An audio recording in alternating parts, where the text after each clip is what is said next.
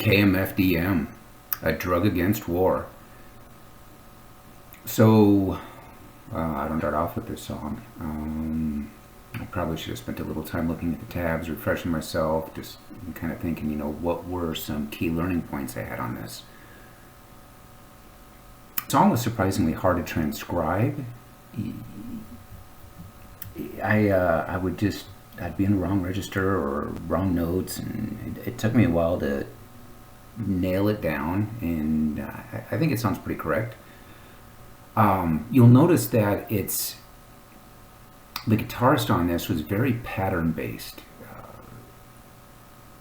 really rigidly pattern based. There's one riff, let me scroll to it, that wasn't so pattern based, and give me just a second to find it.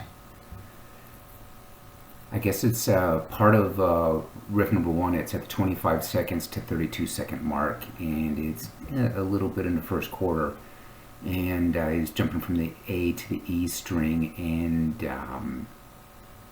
I guess in a way it's chromatic, so maybe we can kind of say it's all kind of pattern based. But what stands out on this song is, one is at the time it came out, it was one of the best done crossovers from industrial to thrash. And I'm not saying it was a crossover, it's just kind of a conglomeration of industrial and thrash.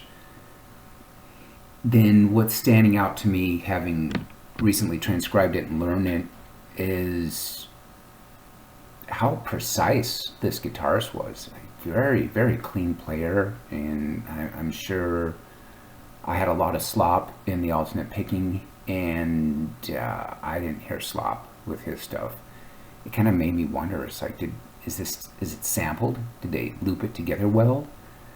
Or was this guy able to, was he just strong enough of a guitarist where he just played it right through and played it clean and had a good clean take for the record? But very, very tight on the alternate picking.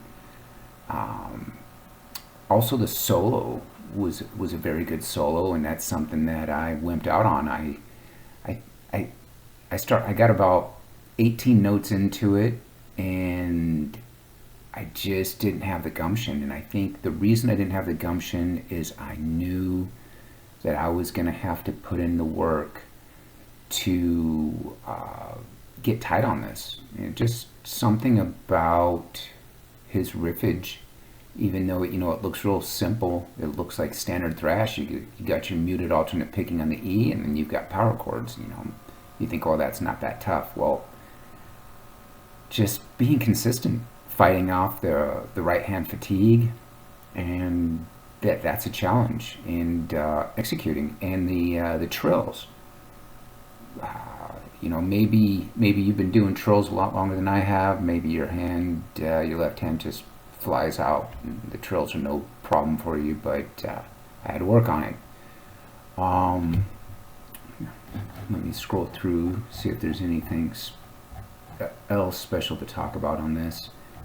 There's a lot of repeats, and that's nice. You get some traction that way, and I can't think of anything else to tell you about this song, so I hope you enjoy it.